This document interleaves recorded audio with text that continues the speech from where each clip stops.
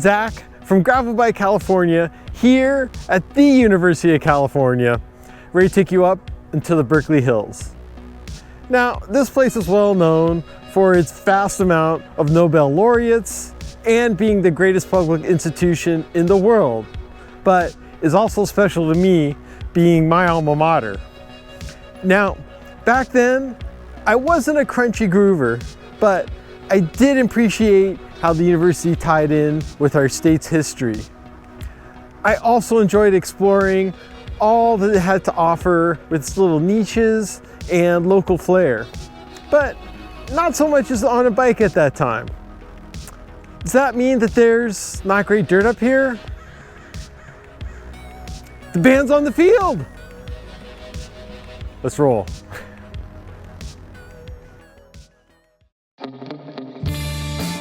The University of California was formally established in 1868, but started classes in Berkeley 5 years later when buildings like South Hall were completed. The campus was highly influenced by the Hearst family, as well as the stylings from the Beaux-Arts movement. I don't have to telegraph it for you, but the city has grown up with over 100,000 residents and 2 BART stops, with a great neighborhood vibe, a number of unique green spaces, a venue fostering the likes of a Green Day, an innovator in greens as Chez Panisse helped launch the farm-to-table movement in Alice Waters' landmark restaurant. Our East Bay guide again was Mr. Percussive himself, Poe, who prior gave an excellent tour of the Oakland Hills. But this time, looking forward to better views, thank you bad weather. Our route covered only 24 miles, but has almost 3,000 feet of gain, which will really hammer at you at times. With Sam joining Vic and I, we started off in the Westbrae neighborhood, with a little foreshadowing for later, beginning on the Ohlone Greenway, popular for a lot of recreation activities as we crossed into Albany. Turning right before the BART station, we rode up Fairmont Avenue, where it was clear we were headed for some climbing. You'd be dead wrong if it was easy reaching dirt, as there's no easy way up these hills. But cutting through Sunset View Cemetery is a lively and beautiful choice, surprising you with some elevated views. It's good to have someone who knows where we were headed, as rolling through Kensington puts your mapping skills to the test, as there's a number of desirable homes, if you can put up with the climb, or remember where it is.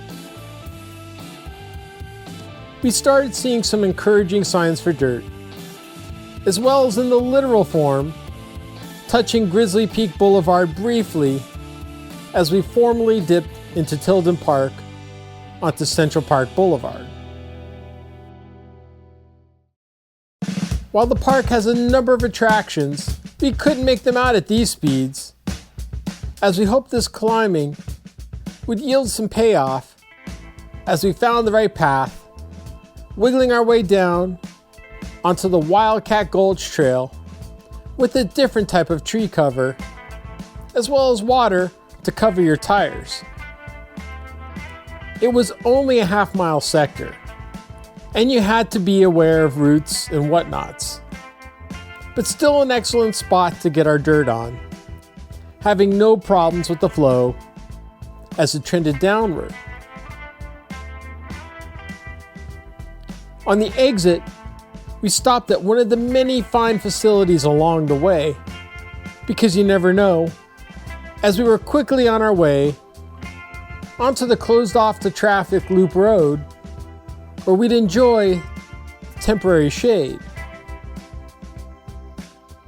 We emerged onto the Wildcat Creek Trail, feeling like we had one of our own, or maybe more like a bunny, as the start was rolly, still occluded by the smaller foliage, but when it opened up, it's moments like these why we ride.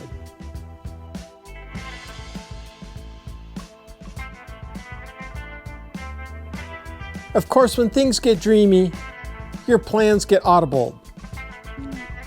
Wrench in the plan, but not the worst so far. Back to the cows.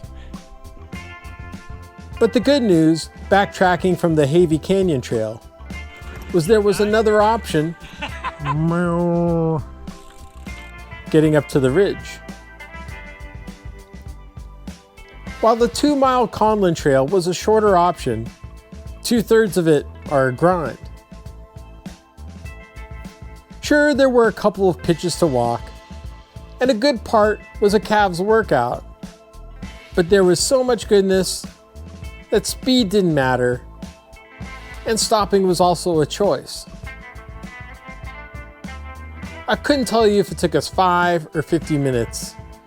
There was just a timeless quality where you didn't look at your GPS and was guided by the sky.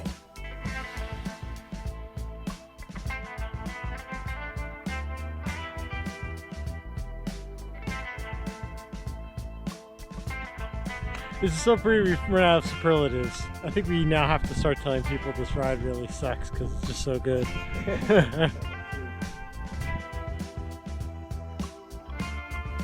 The ridge started to flatten out, where we could see the trail we missed to the east, exiting and once again taking care of them cows.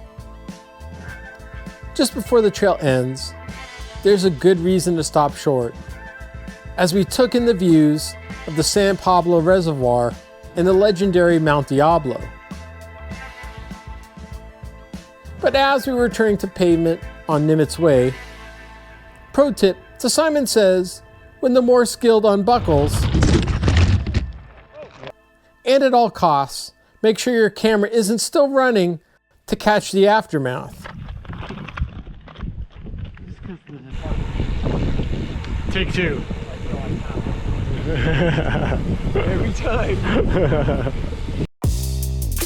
Wounds heal, but me and my feelings tried getting away from Vic as we had a couple miles of rollers going in and out of trees, and yes, Vic and I made up.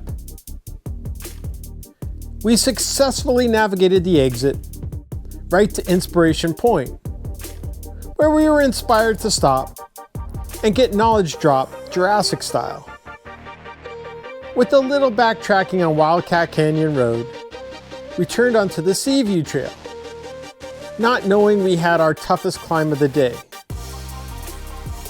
While this 2.5-mile ascent doesn't look tough by the numbers, there's a lot of points that'll put you to it.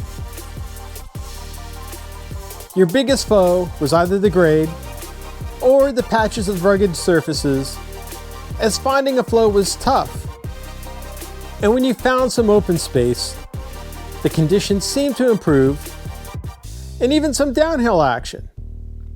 But before you could look up the definition of reprieve, we turned onto the pavement towards Vollmer Peak, and who doesn't like finishing off at 14% for a third of a mile? But hey, Barry Manilow, it looks like we made it. As the radio tower suggests, this is the highest point in the Berkeley Hills. Cursing this uphill on our way back might have happened, as we took the paved way down, formally leaving the park temporarily as we turned onto Grizzly Peak. Instead of veering back into Tilden, we flipped over shortly ahead, where we took the value move to the Grizzly Peak Overlook, which is far more comforting to get to than Vollmer. Our backtracking wasn't far as we crossed into the, what else, but Park Avenue, building momentum on the downhill. But even at these speeds, we weren't quite prepared for this dirt transition, putting us on standstill mode. Ironically enough, we were on the Vollmer Peak Trail, which at just under a mile looks tame, but like its heavily pitched namesake, making progress was again problematic. Throwing some challenging angles with exposed roots, leading you to, you get the picture. We got some touch, and not as much go as we wanted. And upon exiting over Wildcat Creek, we decided to skip out on the quarry trail, as the shadows were getting a bit long, merging our way onto Wildcat Canyon Road, getting in a redwood or two, which pleasantly required minimal pedaling, leading us back into the residential, where we were getting return of these sharp declines, even more so down Marin Avenue, which tests your brakes out down these 13% tilts, where hopefully you don't end up in the fountain at the bottom, as it was smooth sailing the rest of the way, with fresh Kermit leading us back to the Westbrae Biergarten, as it was Stein time, covering almost an entire zip code. It's true, blue and gold equals green, and it's amazing how verdant these hills were. To date this back to the San Jose ride, to see how long this greenbelt spans across the Bay Area, oh, it's magnificent to take in any part. Sure, the end was a little technical, but man, what a fun day of riding. Anyways, if you want to learn more, please subscribe or check out our gravel guides so we can bring you more. Stay dirt. Roll on.